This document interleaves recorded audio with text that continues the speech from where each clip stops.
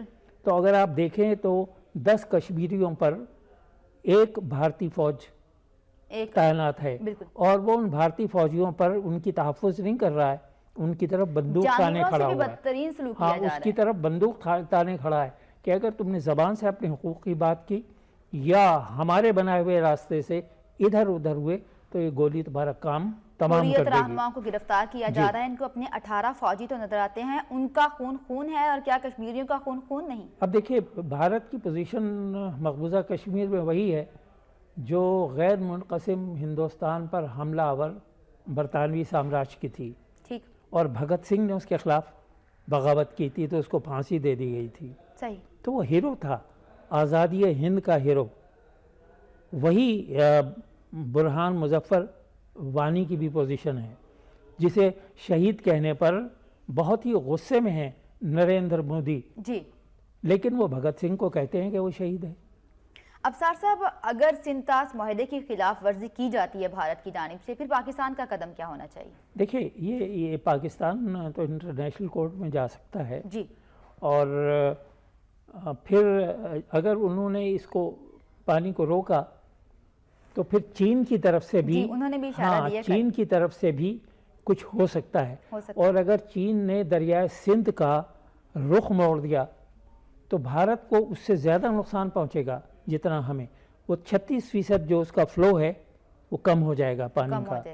دوسری بات یہ کہ ایک برہمپتر دریا برہمپتر ہے، جی وہ بھی چین سے ہی آتا ہے بہاؤ اس کا اور بھارت کی طرف جاتا ہے. اس کا بھی اگر اس نے کچھ ایسا سلسلہ کیا کہ رخ موڑا تو وہ بھی ہندوستان کے لیے نقصان دہ ہوگا. یہ صرف اس لیے نہیں کہ پاکستان اور چین بہت دوست ہیں لیکن چین کا اپنا کمرشل ایک جو اقتصادی اور معیشی جو ہے وہ اقتصادی راہداری کی صورت میں ایک انٹرسٹ بھی ہے. جی.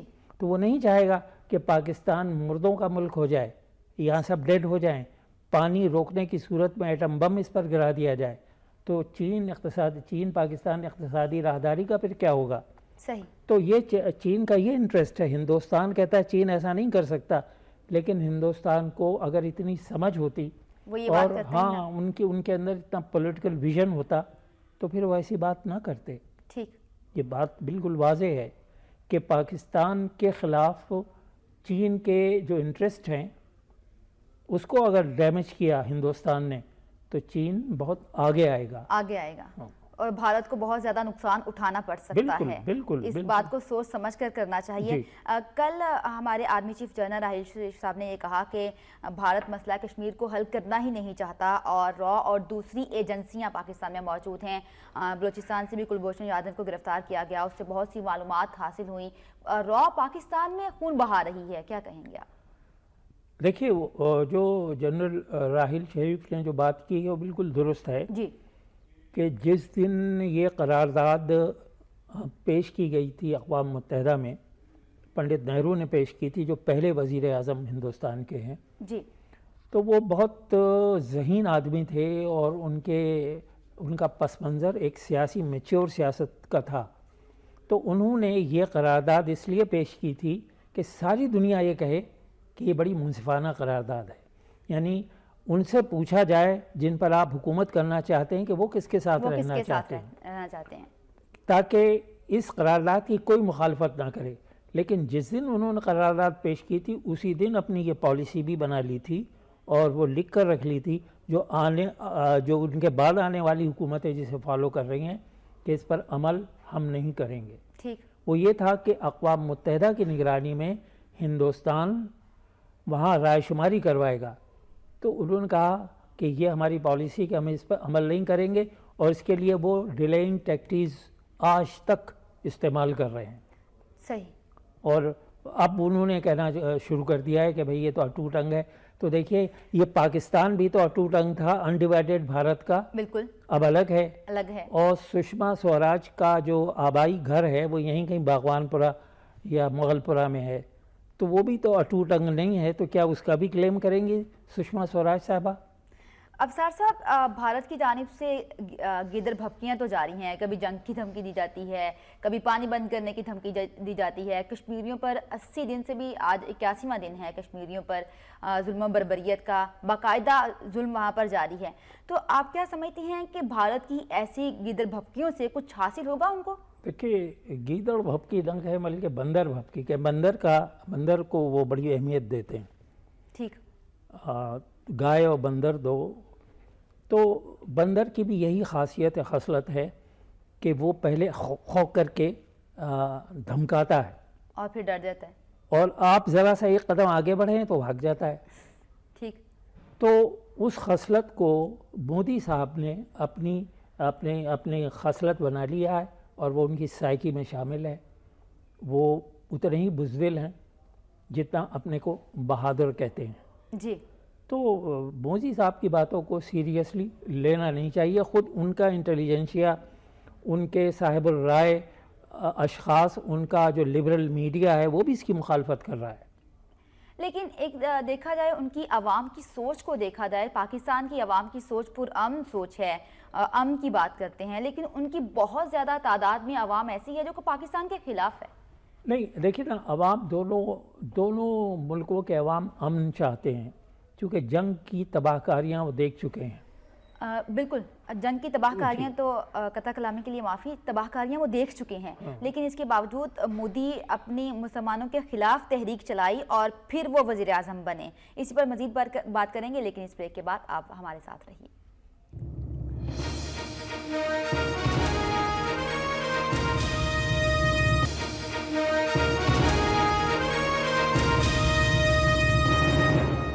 ویلکم بیک ناظرین. ہم بات کر رہے تھے مودی سرکار کی سوچ کی اور وہاں کی بھارتی عوام کی سوچ کے حوالے سے. ابصار صاحب, جیسا کہ ابھی میں نے بریک سے جانے سے پہلے یہ بات کی کہ مودی نے مسلمانوں کے خلاف تحریک چلائی تو وہ حکومت میں آئے. اگر عوام ان کو ووٹ نہ دیتی, بھارتی عوام ووٹ نہ دیتی, تو وہ حکومت میں نہیں آ سکتے تھے. تو ان کی عوام کی سوچ بھی جو ہے وہ نیگیٹو ہے پاکستان کے. دیکھیے ان کی سوچ جو ہے وہ یعنی مودی کی سوچ جو ہے وہ سیکولر بھارت اور جمہوری بھارت کے خلاف ہے. جی. اور جو ان کے بزرگ سیاستداں ہیں جنہوں نے آزادی حاصل کی اور ہندوستان کو اسٹیبلش کیا, ان کی پالیسیز کے خلاف ہے. ہندوستان کے جو پہلے وزیر اعظم تھے اور خود مہاتما گاندھی کی یہ پوزیشن تھی کہ وہ چاہتے تھے کہ ایک بظاہر سیکولر بھارت کے ذریعے وہ ساری دنیا میں اپنی جمہوریت کو ایک بہت ہی آتھینٹک جمہوریت کے طور پر پیش کریں. جی. تو وہ تو ختم ہو گیا. خود گاندھی کا قتل جو کیا وہ ناتھو رام گوڈسے جو تھا وہ بھی انہی مودی کی پارٹیوں کی اور ان کی سوچ کا آدمی تھا. اور وہ ناتھو رام گوڈسے کو ہیرو کہتے ہیں. جنہوں نے ان کے بابائے قوم کو قتل کیا ان کو وہ ہیرو کہتے. تو آپ اس سے سمجھ جائیں کہ خود مودی کی پالیسیز ہندوستان کے لیے خطرناک ہیں. خطرناک ہے بالکل. اور کولیپس ہو جائے گا ہندوستان اگر مودی اسی طریقے سے سوچتے اور عمل کرتے رہے. ان کی سابق وزیر اعلیٰ مایاوتی نے بھی تو پرسوں بیان دیا, انہوں نے کہا کہ مودی پہلے خود کو دیکھیں پھر جا کے تنقید کریں پاکستان پر, پھر کوئی بھاشن دیں وزیر اعظم نواز شریف. جی دیکھیے, مایاوتی جو ہیں یہ بھارت کے سب سے بڑے صوبے اتر پردیش جی کی سابق وزیر اعلیٰ رہ چکی ہیں، اور انہوں نے یہ بیان بالکل درست دیا ہے، اور انہوں نے کہا ہے کہ کوئی اچھا کام کیا ہی نہیں سوائے مسلمان دشمنی اور مسلمانوں کے خلاف کام کرنے کے، اقلیتوں کو ڈرانے دھمکانے کے علاوہ انہوں نے کوئی کام نہیں کیا۔ مودی کو جو ووٹ ملے، جو ان کی پارٹی کے لوگ تو ان کو مسلمان دشمنی پر ووٹ ملے، جی اور دوسرے جو سرمایہ کاروں نے ان کی الیکشن کمپین میں جو سرمایہ کاری کی وہ اس وجہ سے کی کہ ہندوستان کی معیشت کو یہ بہتر بنا دیں گے، اور ان دونوں پر انہیں ووٹ ملے تھے، لیکن انہوں نے بھارت کی معیشت کے لیے تو کچھ بھی نہیں کیا۔ دیکھیے وہاں پہ کوئی بھی کمیونٹی جو ہے وہ محفوظ نہیں ہے بھارت میں، چاہے وہ عیسائی ہیں، چاہے وہ سکھ ہیں، چاہے وہ مسلم ہیں، تو سکھ بھی جو ہیں وہ بھی تو ان کے خلاف بھی تو وہ بات کرتے ہیں۔ ہاں دیکھیے نا، خالصتان تحریک کے جو لیڈر ہیں انہوں نے کنڈیم کیا ہے مودی کی تقریر کو، جی، اور کہا ہے کہ یہ بالکل غیر حقیقت پسندانہ ہے، اور جو بھی سنے گا وہ یہی کہے گا۔ اس کے علاوہ 22-23 تحریکیں اور بھی ہندوستان میں ہندوستان سے علیحدگی کے لیے چل رہی ہیں، جی اس کی طرف نہیں دیکھتے۔ تامل ناڈو میں وہ کئی ہے، 22-23 کے قریب ہیں، لیکن ہمارے ہاں بلوچستان کو وہ ٹھہرا رہے ہیں مقبوضہ کشمیر کے مماثل، حالانکہ بالکل غلط ہے۔ اور قبائلی عوام کل نکلی ہے سڑکوں پر، انہوں نے مودی کے خلاف نعرے بازی بھی کی ہے، مودی کو منہ توڑ جواب بھی دیا۔ دیکھیے کیا بلوچستان میں پاکستان کے جھنڈے میں کسی شہید کو، بھارت کے جھنڈے میں شہید کو کسی کو لپیٹ کے دفن کیا گیا، جلایا گیا؟ نہیں جلایا گیا۔ وہاں پر کوئی بھارتی جھنڈا لہرایا گیا؟ کہیں نہیں لہرایا گیا۔ بالکل بھی نہیں۔ خود بلوچستان کے لیے کوئی قرارداد اقوام متحدہ میں پیش نہیں کی گئی۔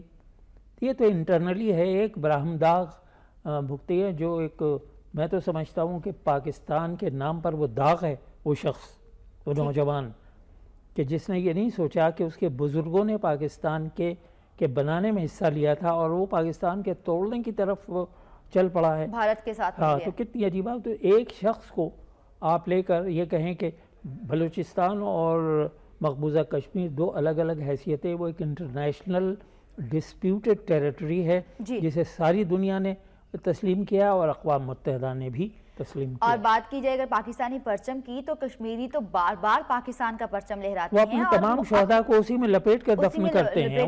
آپ دیکھیے کہ ادھر سے گولیاں چل رہی ہیں، وہ جو چھروں کی جو پیلٹس ہیں وہ چل رہے ہیں، اور ادھر وہ جھنڈے لیے ہوئے لڑکے کھڑے ہیں، پتھر پھینک رہے ہیں۔ یہ مناظر دیکھ کر تو ہمیں فلسطین اور اسرائیل یاد آتا ہے کہ فلسطینی بیچارے نوجوان اسی طرح پتھر پھینک رہے ہیں، ادھر سے ان پر گولیاں برسائی جا رہی ہیں۔ تو یہی تصاویر تو وزیراعظم نواز شریف نے جب اپنے خطاب کے دوران دکھائیں، ان کو تو تکلیف تو ہوئی بھارت کو، جی ہمارا چہرہ کھل کر سامنے آ گیا۔ بالکل بالکل، کہیں پر ذکر نہیں ہے کہ یہ جو اندھے ہو گئے۔ اصل میں اس وقت مقبوضہ کشمیر میں جو کچھ وحشیانہ حرکتیں کر رہا ہے بھارت، اس کا مقصد یہ ہے کہ جو اب ابھرتی ہوئی نوجوان لیڈرشپ کو ختم کرنے کی کوشش کر رہے ہیں، اس کو وحشت دہشت کے ذریعے ختم کر دے، گولیوں کے ذریعے ختم کر دے، لیکن ایسا ہوگا نہیں۔ افسر صاحب بہت سی زخمی ہیں، ہزاروں کی تعداد میں کشمیری وہاں پر زخمی ہیں، جن کو ادویات کی قلت ہے، وہاں پر ٹرانسپورٹ کی قلت ہے، اور کھانے پینے کی اشیاء بھی موجود نہیں ہیں۔ تو آپ نہیں سمجھتے کہ وہاں پر انسانی حقوق کی تنظیموں کو جانا چاہیے، این جی اوز کو جانا چاہیے؟ نہیں، وہ نہیں جانے دے رہے، لیکن اس حوالے سے اجازت دینی چاہیے۔ آفر یہ کیا گیا کہ جو میڈیکل ٹیمز جائیں، انہوں نے کہا نہیں جانے دیں گے۔ تو اور پھر آبزرور جو تھے اقوام متحدہ کی ہیومن رائٹس کمیشن کے آبزرور، ان کو بھی روک دیا انہوں نے، صحافیوں کو بھی نہیں جانے دیتے۔ تو اس کا مطلب یہ ہے کہ جو وہاں ظلم کر رہے ہیں، اگر وہ انہوں نے دیکھا تو وہ ورلڈ پریس میں آئے گا، بالکل، اور پھر ان کا چہرہ جو ہے وہ ابھی بے نقاب ہے، ابھی بھی بے نقاب ہے، کیونکہ اگر وہ کشمیریوں پر ظلم نہ ہو رہے ہوں تو وہ ہر تنظیم کو وہاں پر جانے کی اجازت دیں، خود ویلکم کریں، کیا ہو دیکھو۔ جی، تو اب انہوں نے اپنی ایک ٹیم بھیجی تھی، آپ کو یاد ہوگا، تو ان کے کشمیری لیڈروں نے دروازہ نہیں کھولا، ملنے سے انکار کر دیا، ملنے سے انکار کیا تھا۔ تو یہ ایسی صورتحال ہے، تو ہندوستان تو ایک قابض طاقت ہے۔ حریت رہنما گرفتار کیے جا رہے ہیں، یاسین ملک صاحب کی طبیعت بہت زیادہ خراب ہے، ان کی اہلیہ کی جانب سے بھی پرسوں یہ بیان دیا گیا تھا، تو افسر صاحب آپ کیا سمجھتے ہیں پاکستان کو اس کے لیے کہ وہاں پہ بہت سے کشمیری جو ہیں وہ زخمی ہیں، ان کے علاج کے لیے کوئی آواز بلند کرنی چاہیے عالمی سطح پر ہی، تاکہ وہاں پر NGOs کو بھیجا جائے، انسانی حقوق کی تنظیمیں جائیں، ان کا علاج کر سکیں، ان کی مشکلات کم کر سکیں؟ دیکھیں بھیجا جائے تو اس وقت جب کہ وہ انہیں اندر آنے دیں، وہ آنے ہی نہیں دیں گے، اور یہ صورتحال آج سے نہیں ہے، جب بھی ایسا ہوتا ہے وہ اپنے مظالم اور اپنی جو انتہائی وحشیانہ حرکات ہیں اس کو چھپانے کے لیے اسی قسم کی حرکتیں کرتے ہیں۔ وہ تو نو گو ایریا بنا دیا ہے انہوں نے، صحیح، تو ساری دنیا کو سمجھنا چاہیے کہ یہ بھارت کا نو گو ایریا ہے اور اس کو ختم کرنا چاہیے یہاں سے۔ ٹھیک ہے، ہم نے کشمیر کے حوالے سے تو بات کی، اب ہم کچھ بات کر لیتے ہیں پاکستان کی سیاست کے حوالے سے۔ کل عمران خان صاحب نے یہ بیان دیا کہ 30 ستمبر کا رائے ون مارچ ہوگا، اس میں کوئی بھی رکاوٹ ڈالی گئی تو اس کی ذمہ دار حکومت ہوگی، اس بارے میں کیا کہتے ہیں آپ؟ جی یہ وہ کئی بار دہرا چکے ہیں، تو جب دھرنے لیکن پر اس سے تھے پہلے ہم نے دیکھا کہ ڈنڈا بردار فورس تیار کی گئی، بلہ بردار فورس تیار کی گئی، تو نون لیگ کی جانب سے، حکومت کی جانب سے یہ کہا گیا کہ آپ پرامن رہیں گے اپنے کارکنوں کو، تو ڈنڈا بردار فورس تھی وہ بھی ہمیں نہیں نظر آ تو رہی۔ دیکھیے نا پرائم منسٹر نے اسے روک دیا کہ ڈنڈا بردار فورس جو ہے اسے ختم کرو۔ یہ کوئی اصل میں جو عمران خان صاحب چاہتے ہیں کہ کوئی ایسا واقعہ ہو جس سے کچھ اموات ہو جائیں، کچھ لوگ شہید ہو جائیں، اور اس شہادت پر پھر وہ سیاست کریں، تو یہ انتہائی ظالمانہ سوچ ہے اور ایسا نہیں کرنا چاہیے۔ وہ بار بار یہی کہہ رہے ہیں کہ پھر، اور نام لے کر کہتے ہیں کہ شہباز شریف اور پرائم منسٹر نواز شریف اس کے ذمہ دار، ایسے بیانات دینے ہی نہیں چاہیے، خود کنٹرول کر لے۔ اور اس صورتحال میں کل آپ دیکھیے کہ قاف لیگ ان کی حمایتی ہے عمران خان صاحب کی، اور وہ انہوں نے کہا کہ ہم آپ کے اس دھرنے میں یا جلسے میں یا مارچ جو بھی کہہ لیں شریک ہوں گے۔ قاف لیگ انہی کے سینئر ترین ممبر انہوں نے یہ کہا ہے کہ اس صورتحال میں عمران خان کو یہ مارچ یا یہ دھرنا یا یہ ریلی نہیں کرنی چاہیے۔ عوامی تحریک بھی تو ساتھ چھوڑ چکی ہے، وہ کزنز کہلاتے ہیں۔ تو انہوں نے یہ بڑا اچھا مشورہ دیا کہ بجائے اس کے کہ یہ ریلی کریں، وہاں رائے ون مارچ کریں، انہیں کشمیر کی صورتحال پر ریلی نکالنی چاہیے اور لوگوں کو اکٹھا کرنا چاہیے، یکجہتی کا مظاہرہ کرنا چاہیے، سوشل ایشوز پر بات کریں۔ ٹھیک، ایک مسئلہ جس کو وہ لے لیتے ہیں، کب ایک بار انہوں نے مسئلہ لے لیا تھا جو دھاندلی کا، اب وہ پتہ چلتا ہے کہ دھاندلی اب نہیں ہو رہی ہے، اب کرپشن ہو رہا ہے پیک کے پیچھے۔ تو عمران خان کو جب وہ آئے تھے تو بڑی امیدیں لے کر آئے تھے، اور تمام لوگ ان سے امید کی نظر سے انہیں دیکھ رہے تھے، ایک اچھی لیڈرشپ آئے گی، لیکن انہوں نے آتے ہی اسٹیٹس کو اپنے سینے سے لگایا، وہی نعرے جو ویژن لیس ہیں، جو ایشوز سے، ہمارے سوشل ایشوز سے تعلق نہیں رکھتے۔ لیکن افسر صاحب دیکھیں، طاہر القادری بھی آتے ہیں، ملک میں آتے ہیں، بات کرتے ہیں کہ ہم کرپشن کا خاتمہ کریں گے، حکومت کے خلاف نعرے بازی بھی وہ کرتے ہیں، لیکن اس کے بعد وہ چلے جاتے ہیں، ابھی وہ عمران خان کے ساتھ بھی نہیں ہیں۔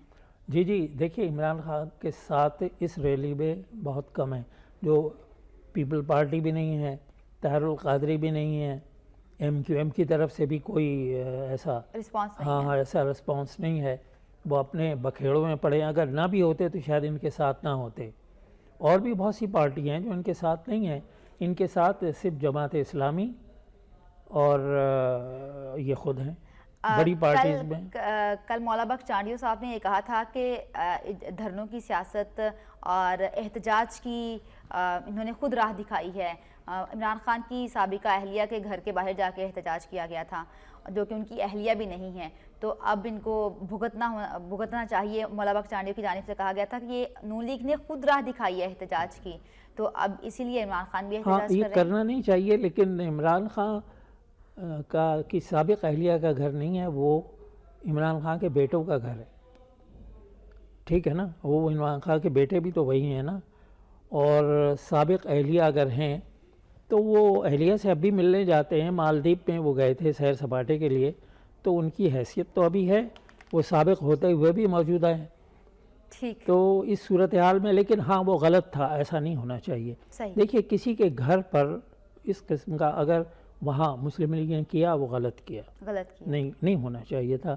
اور اب ایک غلطی کو دہرانے کا کام بھی ایک بہت بڑی غلطی ہے جو یہ کر رہے ہیں. لیکن ابصار صاحب آپ یہ دیکھیں کہ پھر حکومت کو بھی تو کوئی ٹھوس قدم لینا چاہیے، ان کو اعتماد میں لینا چاہیے. قومی اسمبلی میں ایک پیج پر بیٹھیں گے تو بات ہوگی نا. ہاں تو اب سوال یہ پیدا ہوتا ہے کہ ٹی او آرز پر ان کا اتفاق نہیں ہو سکا ہے. جی، مجھے ایسا محسوس ہوتا ہے کہ نہ حکومت چاہتی ہے کہ یہ صورتحال ہو، حساب ہو، نہ اپوزیشن خاص طور سے عمران خان صاحب بھی نہیں چاہتے، کیونکہ خود ان کی اپنی پارٹی میں ایسے داغدار لوگ موجود ہیں. جی، آپ نے دیکھا ہوگا کہ اگر عمران خان صاحب سنسیئر ہوتے تو دو کام کرتے. پہلا کام یہ کرتے کہ پاناما لیکس میں جو لوگوں کے نام آئے ان کی پارٹی کا اس کا انٹر پارٹی احتساب کرتے خود بیٹھ کر، بالکل، جیسے کہ ڈیوڈ کیمرون کا ان کی پارٹی نے کیا. بالکل، اور عمران خان نے اس کو اپنا ماڈل بنایا تھا.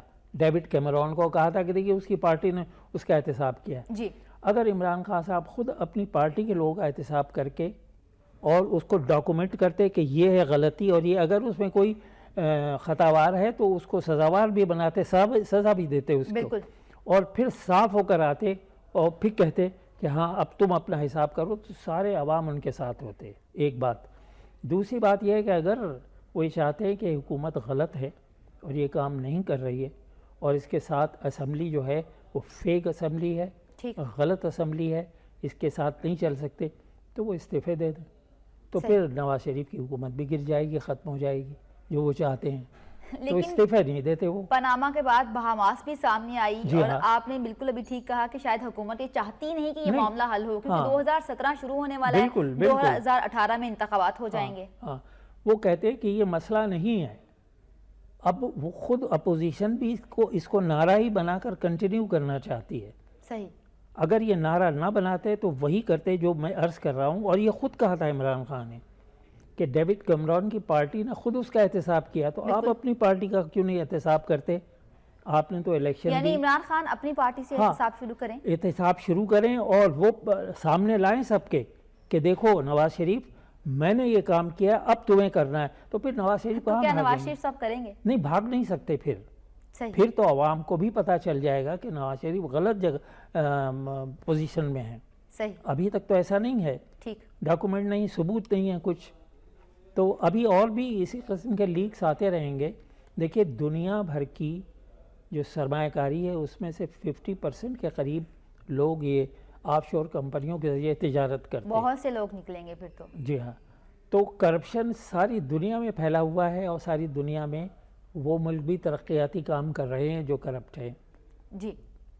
تو آئیڈیالزم جو ہے وہ اپنی جگہ ہے. لیکن اگر بات کی جائے نون لیگ کی، تو نون لیگ بات کرتی ہے پاکستان کی ترقی کے لیے. نون لیگ کے بہت سے کاروبار پاکستان سے باہر ہیں، تو وہ کیوں نہیں پاکستان میں لے آتے تاکہ باقی جو بزنس مین ہیں، کاروباری لوگ ہیں، وہ بھی پاکستان میں ہی اپنا پیسہ لگائیں؟ نہیں ٹھیک ہے، بالکل جو کاروبار ہے اپنے ہی ملک میں کرنا چاہیے. بالکل. لیکن یہ ہے کہ کون سے کاروبار ہیں جتنا سیٹ اپ یہاں پر ہے انڈسٹری کا، ان کی فیملی کا، نواز شریف کا، جس سے ہزاروں لوگوں کو روزگار مل رہا ہے. ٹھیک. تو کیوں نہیں یہ کوئی ایسا مسئلہ نہیں، اس کی طرف کبھی ذکر نہیں کیا کہ آپ ہزاروں لوگوں کو روزگار مل رہا ہے اور پروڈکشن ہو رہی ہے، ہماری لوکل ضرورتیں بھی پوری ہو رہی ہیں، ایکسپورٹس بھی ہو رہے ہیں. لیکن ہماری سٹیل ملز کی حالت دیکھی جائے تو وہ کچھ بہتر تو نہیں. ہاں وہ اس لیے نہیں ہے، وہ جو سٹیل مل ہے اس طرف توجہ دینی چاہیے. جی.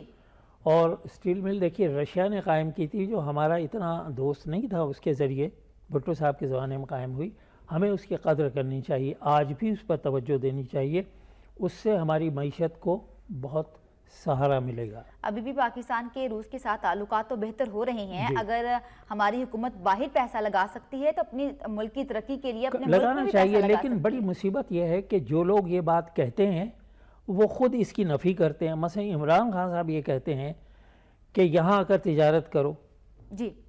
لیکن عمران خان صاحب نے جب ورلڈ کپ لیا تو پاکستانی بن کر ان کی ٹیم نے لیا ورلڈ کپ، اور اس کی بنیاد پر پھر انہوں نے پاکستان کے لیے نہیں کھیلا. انگلش کاؤنٹیز کے لیے کھیلتے رہے. کیوں کھیلا انہوں نے؟ کیوں نہیں پاکستان کے لیے کھیلا؟ اب دوسروں کو کہہ رہے ہیں کہ تجارت کرو. تو عمران خان صاحب کی شخصیت میں بھی دو عملی موجود ہے. وہ جو دوسروں سے کہتے ہیں کرو، اس کے خلاف وہ خود کر چکے ہیں اور ناپ کر رہے ہیں وہ. ٹھیک. تو ایسی حالت میں اگر میں آپ سے یہ نیلے رنگ کی ٹائی لگائے ہوئے ہوں اور میں آپ پر یہ پابندی لگا دوں کہ آپ نیلے کپڑے نہیں پہن سکتی، تو کوئی آپ پر اثر ہوگا؟ دوسرے بھی مجھے دیوانہ کہیں گے یا ناانصاف کہیں گے. صحیح. تو اس صورتحال میں عمران خان صاحب کی جو ڈیمانڈز ہے اس پر لوگوں کا اعتبار اب اٹھ گیا ہے، کیونکہ خود جو کہتے ہیں اسی کے خلاف چلے جاتے ہیں. آپ نے تحریک انصاف پر اعتبار کے حوالے سے بات کی ہے. پی پی 7 میں کل ضمنی انتخابات ہوئے ٹیکسلا میں، اور یہ نشست نون لیگ کے پاس چلی گئی. تو یعنی آپ کیا سمجھتے ہیں کہ تحریک انصاف کا مورال جو ہے وہ ڈاؤن ہو رہا ہے؟ نہیں، ہاں ہونا وہ ہے. دیکھیے جتنے بھی ہیں وہ جیت رہی ہے، لیکن ایک بات ہے کہ جو تحریک انصاف ہے وہ ووٹوں کی تعداد کے لحاظ سے اس کا گراف تھوڑا اونچا جا رہا ہے. ٹھیک. تو یہ ایک اچھی بات ہے. دوسرے نمبر پر آ رہی ہے. یہ ایک اچھی بات ہے اور توجہ دینی چاہیے عمران خان کو. اپنی پارٹی کو آرگنائز کرنے کی، الیکشن کی تیاری کریں. اپنے جو انٹرا پارٹی الیکشن تھے اس کو آرگنائز کریں. اب وہ کہتے تو رہتے ہیں کہ پاکستان واحد پارٹی ہے جس کے اندر الیکشن ہوتے ہیں. جماعت اسلامی میں بھی ہوتے ہیں، بڑی پابندی سے ہوتے ہیں، بڑے غیر جانبدارانہ ہوتے ہیں. تو واحد کا لفظ اتنا غلط استعمال ہوتا ہے کہ حیرت ہوتی ہے کہ لوگ اب یہ تاریخ نہیں ہے، یہ حاضر دور حاضر کی صورتحال ہے. ٹھیک. تو اب چاہیے عمران خان صاحب کو کہ 18 میں جو الیکشن ہے اس کی تیاری کرے. تو یہ جو رائیول مارچ ہو رہا ہے، جلسے جلوس دھرنے تو خیر پاکستان تحریک انصاف دیتی رہتی ہے، تو یہ 2018 کی ہی تیاری ہے کیا؟ خود ان کی پارٹی میں بھی اس قسم کی باتوں کے خلاف لوگ بول رہے ہیں. جی. ان کی پارٹی میں جتنی ٹوٹ پھوٹ ہے انہیں اندازہ نہیں ہے. یعنی پوری پارٹی، ان کے پارٹی کے جسم میں انٹرنل ہیمریج ہوا ہے. بالکل. اور انہیں وائٹامن کے کی ضرورت ہے. اور اس وائٹامن کے کی صورتحال یہ ہے کہ سوشل ایشوز کی طرف وہ آئیں جو پاکستان کے عوام کے ایشوز ہیں. یعنی اگر ہم خیبر پختونخوا کی بات کریں تو خیبر پختونخوا کا تعلیمی نظام کی بات کر لی جائے تو وہ تعلیمی نظام بھی بہتر نہیں ہے. تو عمران خان کو حکومت کے ساتھ ملنا چاہیے، اپنے صوبے میں ترقیاتی کام کرنے چاہیے. بالکل کرنے چاہیے. دیکھیے کتنا اچھا، جب یہ الیکشن ہوئے 13 کے، تو خیبر پختونخوا میں اگر مسلم لیگ نون چاہتی تو جوڑ توڑ کر کے حکومت بنا سکتی تھی. ٹھیک. انہوں نے، ان کی سادہ اکثریت تھی، لہٰذا جمہوری فیصلہ نواز شریف نے یہ کیا کہ یہ وہاں حکومت کرے. لیکن پاکستان پیپلز پارٹی کی بات کی جائے تو وہ بھی بات کرتی ہے کہ پاناما لیکس کے حوالے سے اس کو کلیئر ہونا چاہیے اور کیوارز بننے چاہیے. لیکن وہ لگتا ہے کہ وہ کھل کر مسلم لیگ نون کے خلاف نہیں. دیکھیے نا، اگر پاناما کے خلاف کیا ہے مسئلہ، جو سوئس اکاؤنٹ لیکس کے اوپر کیوں نہیں بات ہوتی، سرے لیکس پر کیوں نہیں بات ہوتی، نیکلس لیکس پر کیوں نہیں بات ہوتی. لوگ ہنستے ہیں جب پیپل پارٹی کرپشن کے خلاف بات کرتے. جی. چونکہ پیپل پارٹی کی تو سارا خمیری کرپشن سے اٹھا ہوا ہے. بالکل. اور خود بلاول بھٹو زرداری صاحب جب یہ کہتے ہیں کہ سردار ہے، کرپشن کا سردار ہے فلاں، تو کس منہ سے کہتے ہیں؟ جب پیدا ہوئے تو دودھ کا پہلا قطرہ، اور اب تک جب میں آپ سے بات کر رہا ہوں آخری نوالا جو ان کے حلق میں گیا ہے وہ سب کرپشن کے پیسے سے گیا ہے. اور پیپلز پارٹی خود کرپشن کی بات کرتی ہے، احتساب کی بات کرتی ہے. ساری دنیا میں مسٹر زرداری 10% مشہور ہے. ٹھیک. تو پھر یعنی ان سے اگر کوئی اپائنٹمنٹ لے بات کرنے کا تو اس پر بھی پرسنٹیج ہوتا ہے. شکریہ ابصار عبدالعلی صاحب، آپ نے اپنا قیمتی وقت دیا اور ہم نے بات کی آج کشمیر کے ایشو پر اور نریندر مودی کے جو انہوں نے کل سنتاس معاہدے کی خلاف ورزی کی بات کی اس پر، اور دوسری جانب ہم نے یہ بھی بات کی وزیر خارجہ سشما سوراج کی جانب سے جو انہوں نے بیان دیا کہ پاکستان جو ہے وہ کشمیر کا خواب دیکھنا چھوڑ دے. ایسا ممکن نہیں ہے کہ پاکستان کشمیر کا خواب دیکھنا چھوڑ دے. ہم کشمیریوں کے ساتھ ہیں اور ہمیشہ ساتھ رہیں گے. اس کے ساتھ ہی شمائلہ حبیب کو دیجیے اجازت. اللہ حافظ.